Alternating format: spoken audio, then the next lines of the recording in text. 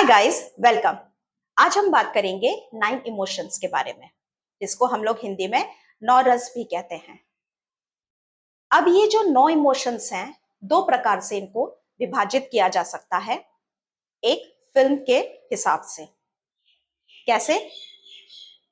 ये जो 9 इमोशंस हैं, ये एक एक्टर में भी जगते हैं, वो भी फील करता है, और उसके साथ में ऑडियंस भी है जो इन सब इमोशंस को फील करती है।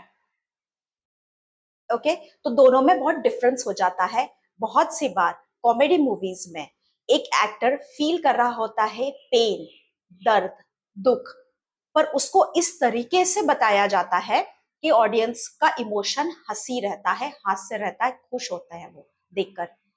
ठीक है, तो इसमें डिफरेंस समझ में आया कि एक्टर भले ही एक प्रकार का इमोशन फील कर रहा है, पर ऑडियंस के पास दूसरा इमोशन पहुंच रहा है। तो दोनों में डिफरेंस होता है। तो आज हम पर्टिकुलरली बात करेंगे कि एक्टर्स को कैसे फील लाना है।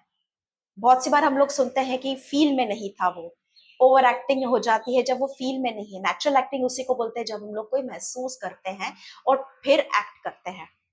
ओके, तो इसके बारे में हम डिटेल में बात करेंगे। पहला ये इमोशन जो है वो है हास्य ही ले लेते हैं, चलो। हास्य मतलब कॉमेडी। तो जब कोई एक्टर खुशी का अनुभव करता है तो वो हास्य रस में आ जाता है। ठीक है, वो खुशी का अनुभव करता है, उसको एक्साइटमेंट है, उत्तेजना है, वो किसी चीज के बारे में बहुत अंदर से खुश है। इसकी वजह से वो हास्य रस में आ जाता है। एक्टर के पॉइंट ऑफ व्यू से हम अभी ऑडियंस की बात नहीं कर रहे हैं, सारी जो इमोशंस है वो एक्टर पॉइंट ऑफ व्यू से बात कर रहे हैं। ओके, दूसरा हो गया वीर रस। वीर रस मतलब करेज। तो इस रस में एक जो एक्टर है वो अपने कैरेक्टर के थ्रू महसूस, कैरेक्टर के हिसाब से एक्चुअली महसूस कर रहा है वो वीरता। ओके, फॉर एग्जाम्पल मैं अगर दूं तो जैसे सैम बहादुर फिल्म है, तो उसमें जो सैम बहादुर का कैरेक्टर है वो वीर रस से ओतप्रोत है। वीर रस है उसमें, वो पूरे टाइम जो इमोशन उसके अंदर फील होता है वो वीर है मोस्टली। ओके, उसके बाद आता है श्रृंगार रस। तो श्रृंगार रस में भी बहुत सारी सब कैटेगरीज होती है और उनकी भी इंटेंसिटीज होती हैं, हम उनके बारे में अभी बात नहीं करेंगे। तो इन शॉर्ट श्रृंगार रस का मतलब होता है रोमांस। ओके, जहां प्रेम की भावना हो, जहां कोई कैरेक्टर किसी भी व्यक्ति या सिचुएशन के लिए अंदर से प्रेम की भावना रखता है, उसको बोलते हैं हम श्रृंगार रस यानी रोमांस। उसके बाद आ गया रौद्र। रौद्र मतलब गुस्सा, एंगर, रेज। जब ये फील करता है कैरेक्टर तो वो कौन से रस में हो जाता है?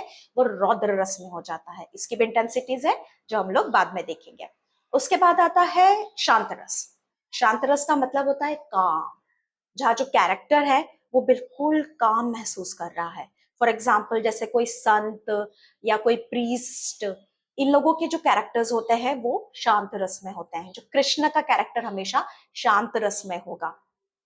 ठीक है, वो शांत होते हैं, शांत तरीके से बात करते हैं, तो वो हो गया एक शांत रस। उसके बाद आता है भयानक रस। भयानक रस मतलब फियर। जब कोई कैरेक्टर खुद डर रहा हो, उसके अंदर वो डर की भावना है, वो फील कर रहा है वो इमोशन, तो वो किस में आ जाता है? वो फियर इमोशन में आ जाता है, यानी वो भयानक रस में आ जाता है। उसके बाद आता है करुण रस। करुण रस मतलब सैड, दुख। जब कोई कैरेक्टर बहुत अंदर से दुखी है, अंदर से दुखी, वो फील कर रहा है उस दुख को, तो उसको हम बोल देते हैं करुण रस, जो एक तरीके से सैडनेस का ही मतलब होता है। जो हम बहुत सैड हो जाते हैं ना, उसको हम लोग बोलते हैं, जब रोना आ जाता है उसको हम लोग बोलते हैं करुण रस। उसके बाद आता है अद्भुत रस। अद्भुत मतलब वंडरमेंट, surprise in a positive way, कि ऐसी चीज आपने देख लिया, सुन ली है जो आपने कभी सपने में भी नहीं सोची थी, वो आपके सामने आ गया है। तो वो जो एक्साइटमेंट या अद्भुत वाला जो अनुभव होता है एक एक्टर को और एक कैरेक्टर को, उसको बोलते हैं हम अद्भुत रस। ओके, उसके बाद लेट मी हो गया, रस हो गया, वी हो गया, रॉ हो गया, हास्य हो गया, भत्स, अभी भत्स बच गया। विभत्स का मतलब होता है कि हम कंप्लीटली चीज से डिस्गस्ट हो रहे हैं, जो चीज हम सामने देख रहे हैं, सुन रहे हैं, या जो भी चीजें हैं वो हमको अच्छी नहीं लग रही है, वो खराब लग रही है, यकी वाली फीलिंग है, तो उसको हम लोग बोल देते हैं विभत्स रस।